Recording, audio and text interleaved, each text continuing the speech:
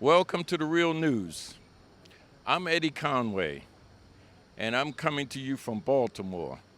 We're here in front of a courtroom, and I want to talk about a case of innocence of a person that's been held for decades, Edwin Pile. And I want to speak to his lawyer and his family and friends and supporters. I represented Mr. Pile for about 5 years now. Mr. Pile was convicted 25 years ago, even though court records now show that he was acquitted of some of the charges that he's now being held on. What's worse, 14 years ago, he filed a motion with the court to bring this to the court's attention. He hasn't gotten a hearing in 14 years. That's too long that any person should have to wait to get a court hearing when they weren't even convicted in the first place. So he's being held illegally. What is the issue? Because I understand he's been convicted. Exactly what happened? Can you kind of like run us through the scenario Sure. from trial one to trial two and so on?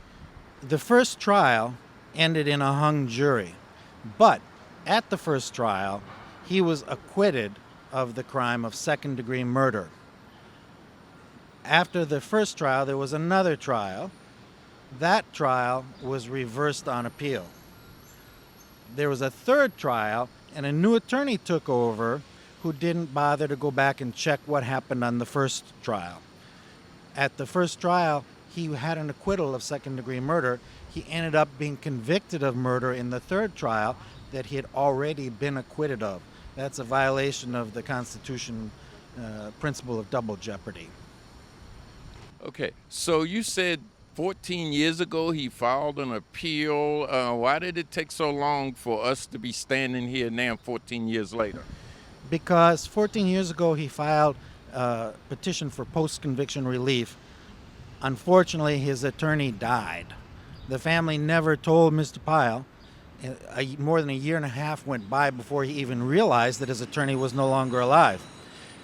He got a new attorney at that point, saved his money a couple years. It takes a while. He's not a rich guy. And the second attorney was disbarred. It took him a year or so to get that. He never got the money back from either one of the attorneys. And only about 5 years ago did he get in touch with me, and we started renewing this process. And to this day, we still haven't gotten into court. Okay, and I understand you spent some time searching for his transcript and his court records and that stuff. It had been so long that the court lost his file completely. And only when I went to the court after several months of calls and took a court employee who was helpful that day and went searching did we find his files in a janitor's closet where they had been left for years gathering dust.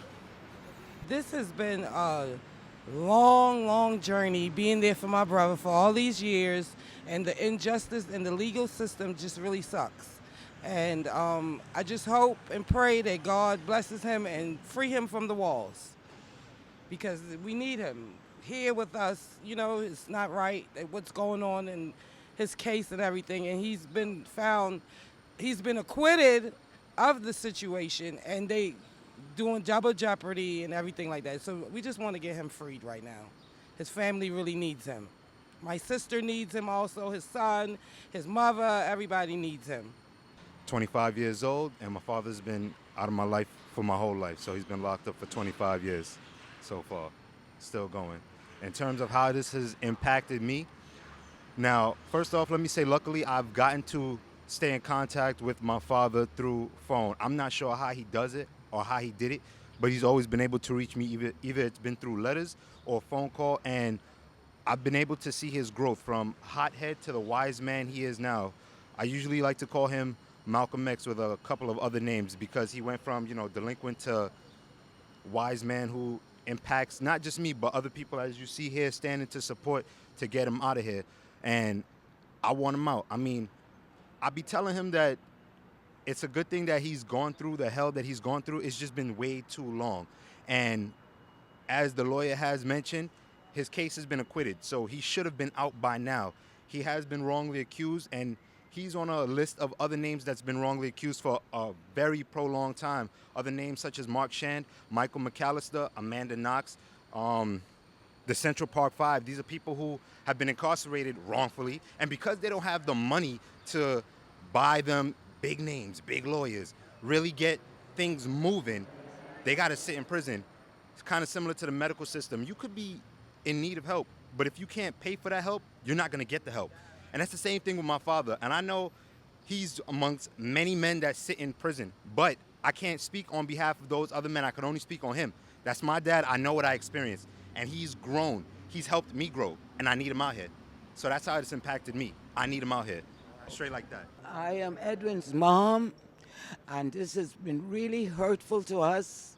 For 25 years, he's been sitting in prison, and I don't know, by the grace of God, that he's still alive, and God has given him the strength to hold on.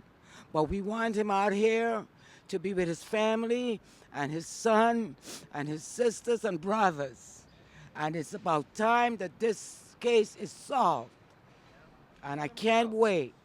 I was wrongfully convicted here at this courthouse that we standing before. In 19 and a half years, I stayed in prison before I was exonerated in 2014 in February. And, you know, Panama, I call him Panama. He called me yesterday. That was my first time talking to him since we used to be walking around the prisons, various prisons for the last 20 years almost. And he was told me about today, and I felt like it was a no-brainer for me to be here because I know what it's like and what it's still like, because even though I'm out, I'm still fighting, you know what I mean, trying to get the damages for my wrongful conviction. And I know what it is every day to wake up and you're innocent, and to lay down and you're innocent, to talk to your family and you're constantly trying to give them some type of reservation as to your situation when at the end you don't have nothing. And it's like, if I feel like if I could come out here and just say one thing that might wake somebody up and give them some type of acknowledgement to his case, then I'm here. And I just want everybody to know that, you know, it's no joke. I mean, there's a lot of people in prison that need somebody, but, you know, when you're in prison, you're basically nobody unless you got somebody. So it might not be a lot of people here, but this is more than enough because we here.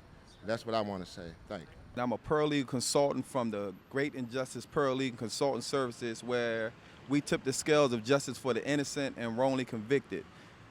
Edwin Pile is a close friend of mine. He reached out to me, his family reached out to me.